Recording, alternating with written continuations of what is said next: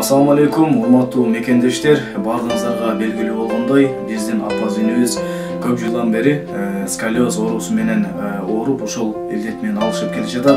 Мындан 3 ай мурун биз Тулпар спорт клуб жамааты ушул жергиликтүү фонддор менен биргеликте жана кайрымдуу инсандар менен биргеликте Аббас инибизге жардамыбызды көргөзүп келе жатабыз. Мына бүгүн биздин көргөзгөн жардам жетишсиз болгондугуна байланыштуу Аббас инибиздин азыркы операциясына өтө көп суммада акча керек болуп жатканына байланыштуу биз ачыктан ачык сиздерге кайрылып Тулпар кайрымдуулук фондун түздүк. Мындан ары биз Кудайым буйрса сиздер менен биргеликте ушул Аббастын операциясына керектелүүчү чоң ири сумманы биргеликте жыйнап ошол Аббас инибизди операциясына жумшайлы деп жатабыз. Биз жакынкы күндөрдө Аббас инибиз менен Турция мамлекетине сапар алып жатабыз.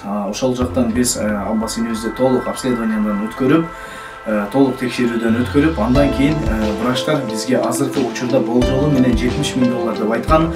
Биз азыр ушул сумманы чогултканга аракет кылабыз Кудайым буйрса, бирок биз сиздерге дагы так маалымат, канча суммада акча керек экенибизди сиздерге дагы так маалымат беребиз.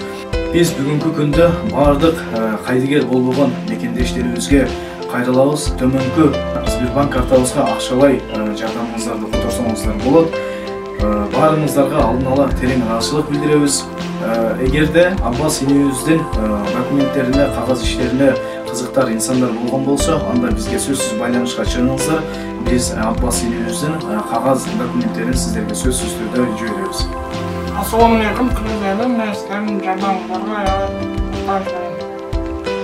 Жана ушул видеону колуңуздардан келишинче максималдуу түрдө бардык элдерге, бардык мекендештерибизге таратыңыздар. Бардык кайдыгер каралган инсандардан жардам